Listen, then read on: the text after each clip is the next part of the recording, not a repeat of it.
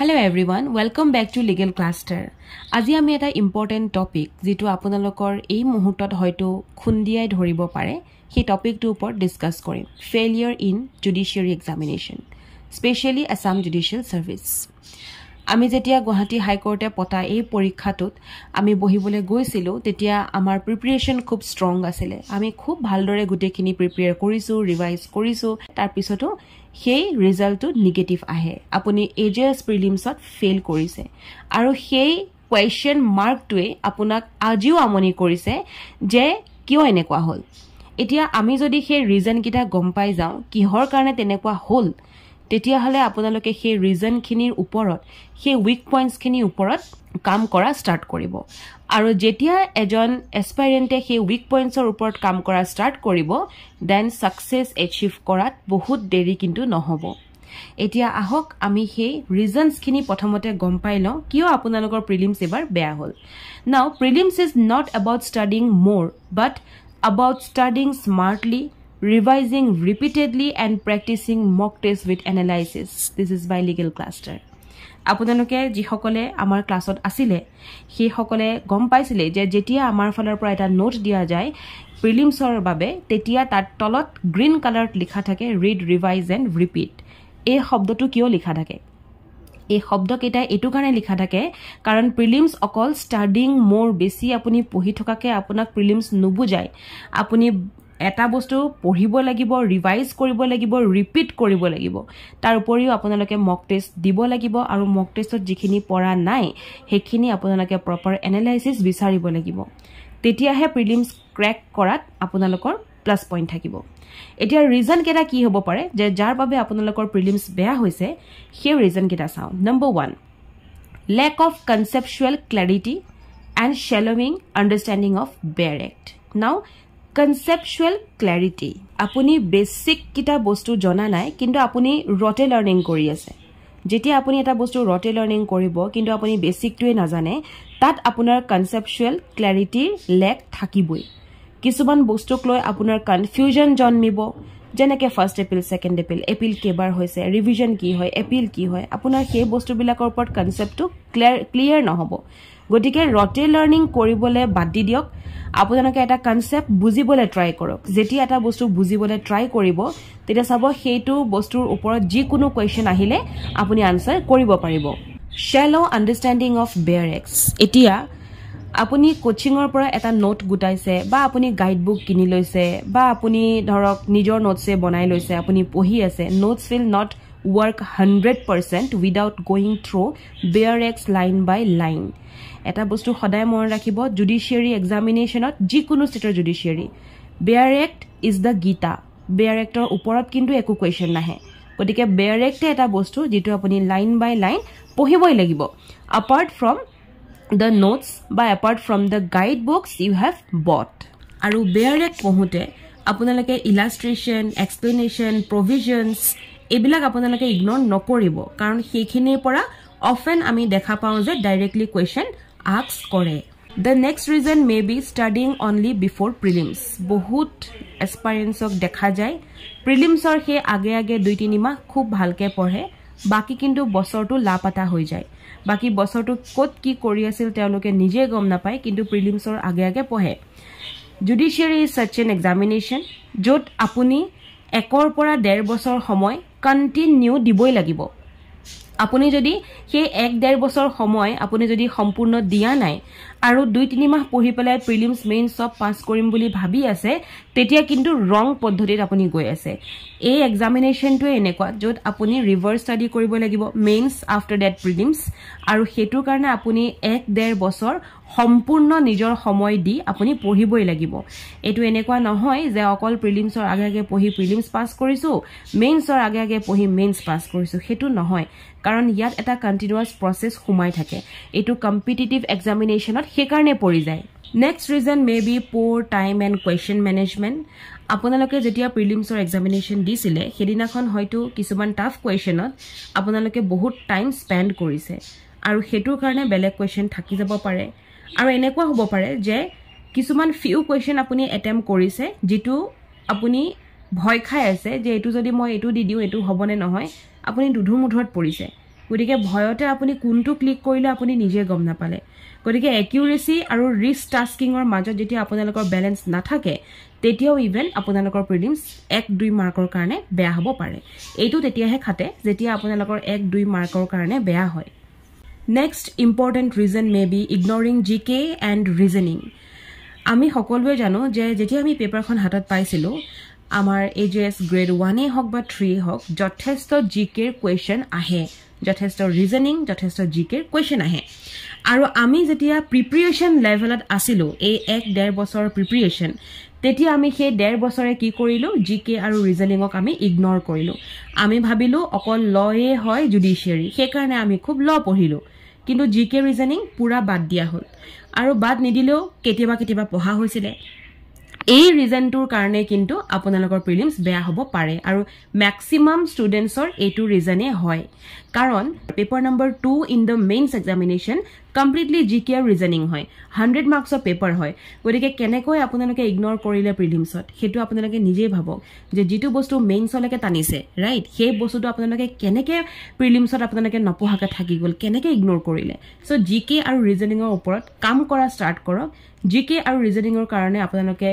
Guide notes ক্লাसेस G লাগে হেখিনি আপোনালোকে লওক কাৰণ যেটো বস্তুৰ আপোনাৰ উইক পইণ্ট আছে হেতু আপুনি লবই লাগিব লুকৰ পৰা আপোনাৰ কোনো ৱে নাথাকে সেই কাৰণে সেই বস্তুৰ ওপৰত আপোনালোকে কাম কৰক so do not ignore GK and do not ignore reasoning from the next time onwards next reason may be poor revision strategy বহুত এস্পাইৰেণ্টক দেখা যায় যে তেওঁলোকে বহুত জোৰৰ পৰা কোচিংছৰ পৰা তেওঁলোকে নোটছ আনিছে কিতাপও তেওঁলোকে এখন এটা পেপাৰৰ 10খন কিতাপ কিনিছে তেওঁলোকে নিজেও নোট 4-5খন বনাই গৈ আছে আকৌ কৰবাৰ পৰা পাইছে হেতু ফ্ৰীতে পালো বুলি হেতু নোট গুটাই আনিলে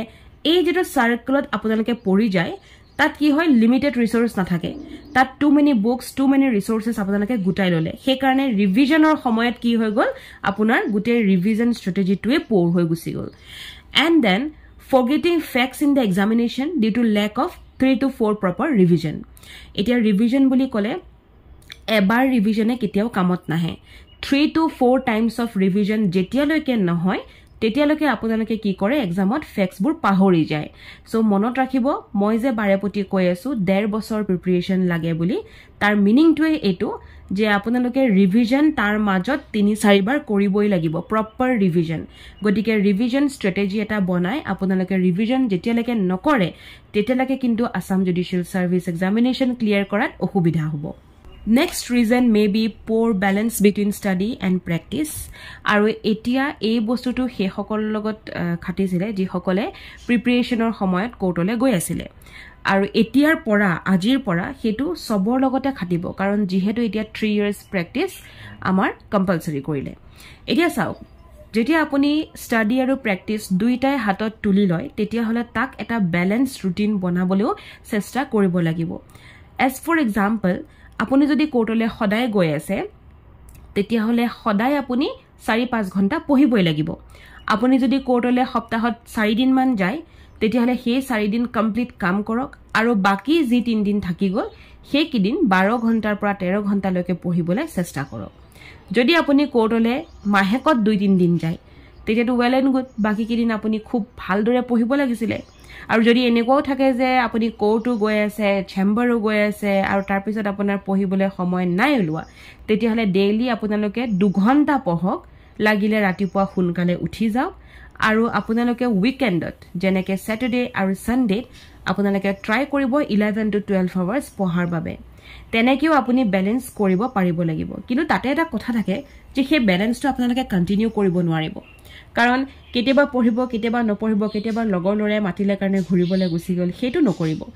সেই কন্টিনিউটি আপুনি ৰাখিবই লাগিব ইউ হ্যাভ টু প্ৰমিস yourself যে মোৰ এবাৰ জুডিশিয়াৰী বেয়া হল আৰু আপুনি নিজৰ গাত পাতি দব লাগিব যে মোৰ নিজৰ ভুলৰ কাৰণে বেয়া হল তেতিয়াহে আপুনি পাৰিব ব্যালেন্স বিটুইন ষ্টাডি আৰু প্ৰেক্টিস টু ষ্ট্ৰং কৰিবৰ বাবে গতিকে এতিয়াৰ পৰা সেই ব্যালেন্সৰ কাৰণে এখন ৰুটিন বনাওক এখন ষ্টাডি টাইম টেবল বনাওক আৰু তেনেকৈ আপোনালোকে হেতু ব্যালেন্স কৰি নিয়ক কাৰণ মই বুজি পাওঁ যে এজন এডভোকেটে পঢ়িবৰ বাবে যথেষ্ট সময় কম পায় যেহেতু তেওঁলোকে ইমান ব্যস্ত থাকে তাৰ মাজতো চেম্বাৰ এটেন্ড কৰিব লাগে গতিকে আপোনালোকে সেইখিনি বস্তু মেইনটেইন কৰিবৰ কাৰণে নিজক প্ৰথমতে হেলথ ভাল ৰাখক আৰু লগতে এখন ৰুটিন বনোৱাটো আপোনালোকে জৰুৰী বুলি ভাবক The next reason may be overconfidence.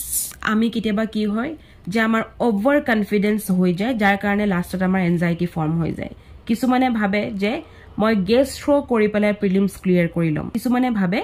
যে মই সব জানোৱে মোৰ এভৰিথিং মোৰ গুটে ল মুখস্থ আছে আৰু যি সকলে আগতেও প্ৰিলিমছত বহিছে বা মেইনছলৈকে গৈছে বা ইন্টাৰভিউলৈকে গৈছে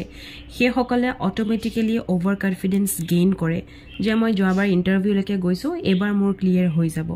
এই ওভাৰ কনফিডেন্সটো আপোনালোকে এতিয়া এৰিব লাগিব please beware of overconfidence because overconfidence never wins The next reason may be wrong attempt strategy. Apuni বহুত বেছি কোৱেশ্চনছ ব্লাইন্ডলি এটেম্প কৰি থৈছে আপুনি শিওৰ নাছিলে এনসাৰ গিটা কোনটো হ'ব প্ৰিলিমছৰ এক্সামিনেশনত বাট ব্লাইন্ডলি আপুনি এটেম্প কৰিছে আৰু হেতুৱে আমাৰ হাই নেগেটিভ লৈ আহিছে এণ্ড দেন এনেকুৱা হ'ব পাৰে যে যেতিয়া কিছুমান কোৱেশ্চন আপুনি ব্লাইন্ড কৰিছে ধৰক 2-3টা কোৱেশ্চন আপুনি ব্লাইন্ড কৰিছে যাৰ কাৰণে আপোনাৰ কাট অফ ক্লিয়াৰ নহল কাট অফটো আপোনাৰ 74ত ৰখি গৈছে Actual cutoff আছিল 75 আৰু আপোনাৰ 74 ত ৰখি গৈছে that means 2-3টা কোৱেশ্চন আপুনি ব্লাইন্ড কৰাৰ কাৰণে আৰু হেতু কাৰণে আপুনি এটা আইডিয়াল ব্যালেন্স আনিব লাগিব যে 75 to 85 attempt with careful elimination আপুনি কৰিবই লাগিব that means 75 ৰ পৰা 85 মাৰ্কছ লৈকে আপুনি পুৰা নিজৰ নলেজৰ পৰা কেয়াৰফুল এলিমিনেশন কৰি আপুনি টিক কৰিব লাগিব another যেটো 15 মাৰ্কছ থাকিব হেতু যদি আপুনি কেনেবাকে ব্লাইন্ড মাৰিছে তো বেলেগ কথা But 75 to 85 attempt should be with careful elimination. The next reason may be lack of mock test practice. Gute বছৰটো বহুত কষ্ট কৰি পঢ়িলে কিন্তু শেষৰ সময়খিনিত যেটো শেষৰ যাত্ৰা থাকে সেই যাত্ৰাটোত আপোনালোকে লগেই নিদিলে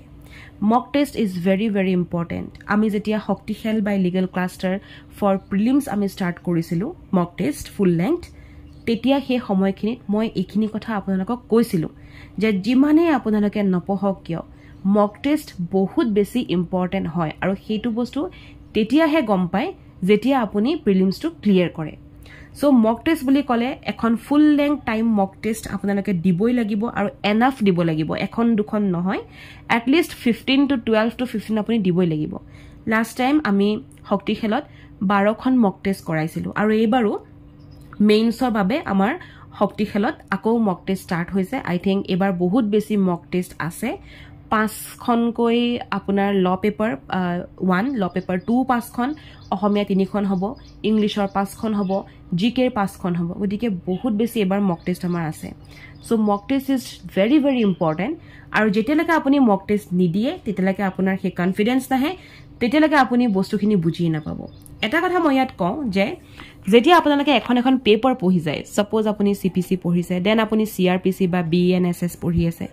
আপুনি ক্লিয়াৰ কৰি গৈ আছে কিন্তু জাহাই ফুল লেংথ মক টেষ্ট আহি যায় একেলগে সব থাকিব একেখন পেপাৰত তেতিয়া আপোনাৰ খেলিমেলি হোৱা স্টাৰ্ট হয় আৰু সেইখিনি গণ্ডগোল তেতিয়াহে আপোনালোকে ক্লিয়াৰ কৰিব যেতিয়া আপুনি নিজে সেই পেপাৰখনত বহিব তেতিয়া লাহে লাহে আপোনাৰ মক টেষ্টৰ বস্তুবিলাক প্ৰথমতে যদি 60টা ৰং হৈছিল নেক্সট ডে আপোনাৰ 50টা হ'ব নেক্সট ডে আপোনাৰ 40টা ৰং হ'ব আপুনি এডজাস্ট হৈ যাব যে একেলগে একেখন পেপাৰ ইমানখিনি একেলগে যদি আহে 8খন ল পেপাৰ তাৰ পিছতে এতিয়াটো 11খন ল পেপাৰ তাৰ লগতে অসমীয়া ইংলিশ জিকে ৰিজনিং ম্যাথ সব থাকিব তেতিয়া আপোনাৰ কি হ'ব হেতু বস্তু ক্লিয়াৰ হৈ যাব সেই একেলগে আহিলে আপোনাৰ সেই খেলিমেলটো নাথাকিব so mock test is very very important next time যেতিয়া আপোনালোকে প্ৰিলিমছৰ কাৰণে প্ৰিপাৰেচন কৰিব মক টেষ্টৰ কাৰণে ৰেডি হৈ যাব যে পৰীক্ষাৰ আগে আগে এট লিষ্ট আপোনালোকে 12ৰ পৰা 15খন মক টেষ্ট দিয়ে next reason may be poor health and stress management আমি দেখা পাওঁ মেক্সিমাম ষ্টুডেণ্টছৰ কি হয়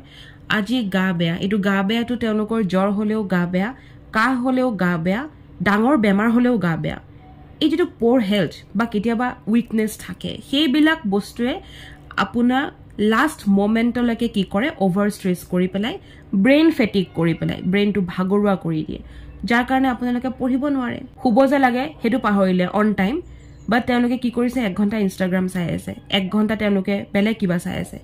সো হেতু ইগনোৰ কৰিছে নিজৰ টুপনিক ইগনোৰ কৰা ডায়েটক ইগনোৰ কৰা মেন্টাল হেলথক ইগনোৰ কৰা বিফৰ দ্য এক্সামিনেশন এইবিলাকে আপোনাৰ পোৰ হেল্থ আৰু ষ্ট্ৰেছ মেনেজমেণ্ট লৈ আহে সো ইট হেল্দি ভাল খাব টোপনি ভালকে মাৰিব আপোনাৰ বডিটো অটোমেটিক্যালি ঠিক থাকিব next reason may be use of social media যেতিয়া আপুনি ওভাৰ ইউজ কৰে সোশ্যাল মিডিয়া বা মোবাইল ফোন তেতিয়া অটোমেটিক্যালি আপোনাৰ যেটো প্ৰিপাৰেচন হয় হেতু লেভেল ডাউন হৈ যায় এজ ফৰ এক্সাম্পল আপুনি যদি ইনষ্টাগ্ৰাম ফেসবুক আৰু এনেকুৱা ধৰণৰ স্ন্যাপচ্যাট এনেকুৱা ধৰণৰ ওয়েবত আছে বা আপোনালোকে তাতে কাম কৰি আছে কিবা তেতিয়া চাব হেতুৰ কাৰণে আপোনাৰ বহুত ইম্প্যাক্ট পৰিব গতিকে হেবিলাক ইউজ কৰা আপোনালোকে বন্ধ কৰিব এটা কথা মনত ৰাখিব ইউপিএসসি কাৰণে যেতিয়া ষ্টুডেন্টছে প্ৰিপেয়াৰ কৰে বহুত ষ্টুডেন্টছে নিজৰ সোশ্যাল মিডিয়াৰ পৰা আউট কৰি ৰাখে কিয় কৰে অকল WhatsApp আৰু YouTube ৰাখে বাকি একো না ৰাখে complete social media of Instagram Facebook everything of কিয় কৰে তাৰ কিবা ৰিজন থাকিব ৰাইট গতিকে হে একেটা বস্তু আপোনালোকে এপ্লাই কৰক যে এটলিষ্ট 1.5 বছৰ হে 1.5 বছৰৰ বাবে মই অকল YouTube আৰু WhatsApp যৰ পৰা মোৰ কাম আহে হে দুটা বস্তু মই ইউজ কৰো বাকিখিনি মোৰ কোনো কামৰ নহয় ফেসবুকৰ পৰা আপুনি একো শিকিবলে নাপায় ইভেন আপুনি ইনষ্টাগ্ৰামৰ পৰা একো শিকিবলে পোৱা নাই যদি আপুনি ক্ৰিয়েটৰ নহয় তেতিয়া কিনো একো শিকিবলে পোৱা নাই গতিকে হেখিনি বস্তু বন্ধ কৰক আৰু নিজকে 1.5 বছৰ সময় এটা দি চাওক আনাদাৰ 1.5 বছৰ দি চাওক লাষ্টলি মই আপোনালোকক এটা কথাই কম যে এবাৰ আপোনালোকে হাৰ মানিছো বুলি বা হাৰিছো বুলি নেক্সট টাইম যে আপোনালোকে প্ৰিপাৰেচন নকৰিব তাৰ কোনো কথা নাই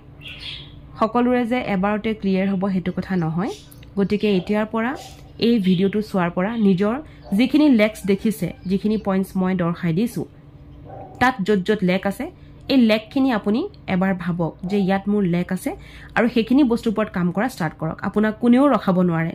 চাব আপুনি এদিন নহয় এদিন জুডিশিয়াৰী ক্লিয়াৰ কৰিব আপুনি জুডিশিয়াল অফিচাৰ হৈ সেই সিটটোতে বহিবগে যেটো সিট আপুনি ডিজাৰ্ভ কৰে হাৰ নামানিব কাৰণ প্ৰথমতে যে এক্সাম ক্লিয়াৰ হ'ব প্ৰথম বাৰতে যে ক্লিয়াৰ হ'ব এনে কোনো কথা নহয় গতিকে এতিয়াৰ পৰা পঢ়িবলৈ ষ্টাৰ্ট কৰক আৰু এটা মই কথা কওঁ যি সকলে বহুতবাৰ জুডিশিয়াৰী দিছে এবাৰ দুবাৰ হয়তো ক্লিয়াৰো কৰিছে বা কোনোবাৰে ক্লিয়াৰো কৰা নাই তেখেত সকলৰ যদি দৰকাৰ হয় যে মই এটো বস্তু মোৰ কিয় হল সেই ৰিজনটো বিচাৰি চাব যদি আপোনালোকক গাইডেন্স দৰকাৰ হয় আপোনালোকে গাইডেন্স বিচাৰি যাওক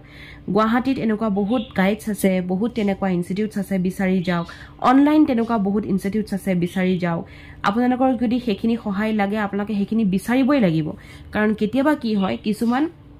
বস্তুৰ কাৰণে আপোনাৰ যদি এজন টিচাৰ দৰকাৰ হয় you should go and approach that teacher আপোনালোকে হেতু কৰিবই লাগিব কাৰণ এটো বস্তু সদায় মনত ৰাখিব যে এবাৰ দুবাৰ জুডিশিয়াৰী মেইনছলৈকে যোৱাৰ পিছতো যদি আপোনাৰ এবাৰ প্ৰিলিমছ ক্লিয়াৰ হোৱা নাই তাত কিন্তু বহুত ডাঙৰ এটা ৰিজন সোমাই আছে হয়তো আপোনাৰ মেইনছ ঠিক নাছিলে লাষ্ট টাইম আৰু নহয়তো এবাৰ আপোনাৰ প্ৰিপাৰেচন ষ্ট্ৰেটেজি নাছিলে গতিকে এই বস্তুখিনি মনত ৰাখি নিজৰ নেক্সট প্ৰিপাৰেচনটো ধুনীয়াকৈ ষ্টাৰ্ট কৰক মই সকলোলৈকে উইশেছ পঠিয়ালো মোৰ ফালৰ পৰা আপোনালোকৰ নেক্সট এক্সামিনেশ্যন অফ কোৰ্স ভাল হ'ব আৰু এতিয়া লেট নকৰিব যে পঢ়িম লাহে ধীৰে বুলি কোনো বস্তু নাই আজিৰ পৰাই এতিয়াৰ পৰাই আপোনালোকে পঢ়িবলৈ ষ্টাৰ্ট কৰক কাৰণ এতিয়াৰ পৰা 1.5 বছৰ পঢ়িলেহে নেক্সট আপোনালোকে ক্লিয়াৰ কৰিব পাৰিবগে এতিয়াও যদি হেখিনি নাই কৰা বা বহি আছে বা অলপ দিন যাওক বুলি বহি আছে এটো আপোনালোকে ৰং কৰিছে thank you for watching legal cluster